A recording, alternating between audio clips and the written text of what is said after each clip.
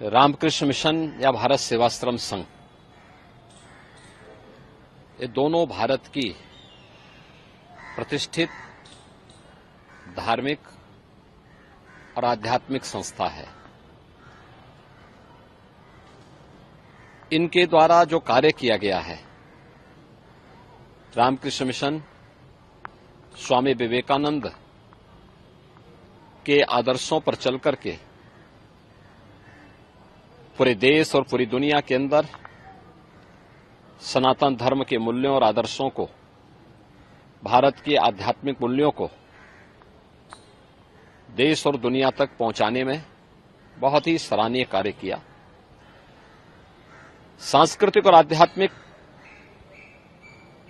मूल्यों की स्थापना के साथ साथ सेवा के क्षेत्र में भी रामकृष्ण मिशन का बहुत सराहनीय योगदान है। ऐसे ही भारत सेवाश्रम संघ या भारत का सनातन हिंदू धर्म का एक प्रखर आध्यात्मिक और सांस्कृतिक संस्था है। स्वामी प्रणवानंद जी के मूल्यों और आदर्शों को लेकर के भारत सेवाश्रम संघ में देश और दुनिया में भारत के सनातन धर्म के मूल्यों और आदर्शों के लिए बहुत ही सराहनीय कार्य किया। सेवा के विभिन्न प्रकार के प्रकल्पों को भी दुनिया के अंदर ये संस्था लेके चलती है। लेकिन जैसा इंडी गठबंधन है, कांग्रेस और उसके सहयोगी दल टीएमसी हो, समाजवादी पार्टी हो या आरजेडी हो या आम आदमी पार्टी हो, जैसे इनकी प्रवृत्ति है, इन लोगों की पूरी राजनीति हिंदू विरोध पर आधारित है। सनातन धर्म का विरोध करना, भारत के मूल्यों और आदर्शों का विरोध करना।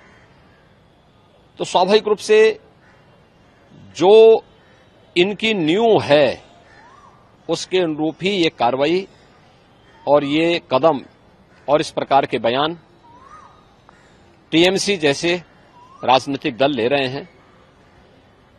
ये इनकी हार की बौखलाहट को प्रदर्शित करता है।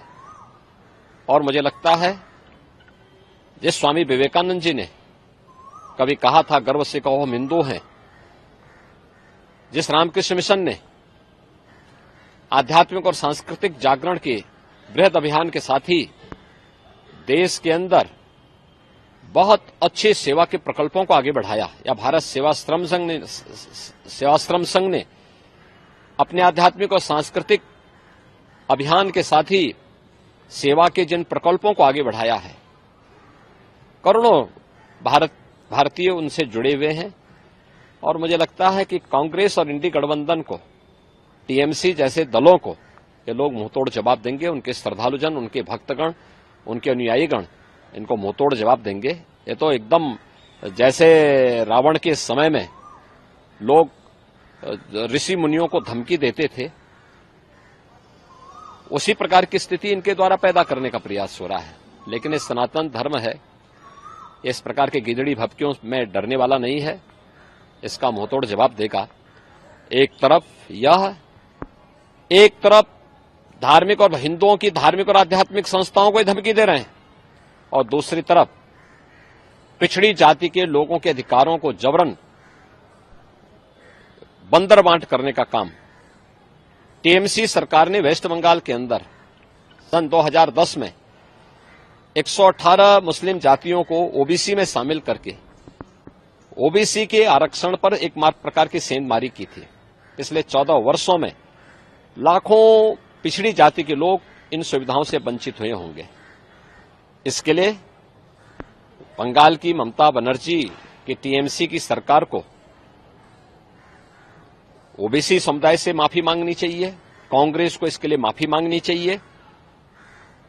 जिन युवाओं के और जिन नागरिकों के अधिकार इन्होंने लेकर के जबरन या कृत्य किया है, वह किसी भी स्थिति में वह स्वीकार्य योग्य नहीं है। दूसरा, यह बाबा साहब भीमराव अंबेडकर की भावना के विपरीत है। वे भारत के संविधान के शिल्पी हैं, और बाबा साहब भीमराव अंबेडकर ने कहा था कि धर्म के आधार पर आरक्षण नहीं हो सकता। ये धर्म के आधार पर आरक्षण देकर के पुनः भारत के विभाजन की आधारशिला तय करने की एक षड्यंत्र का हिस्सा है। माननीय उच्च न्यायालय कोलकाता ने जो निर्णय लिया है अत्यंत सराहनीय है, अभिनंदनीय है।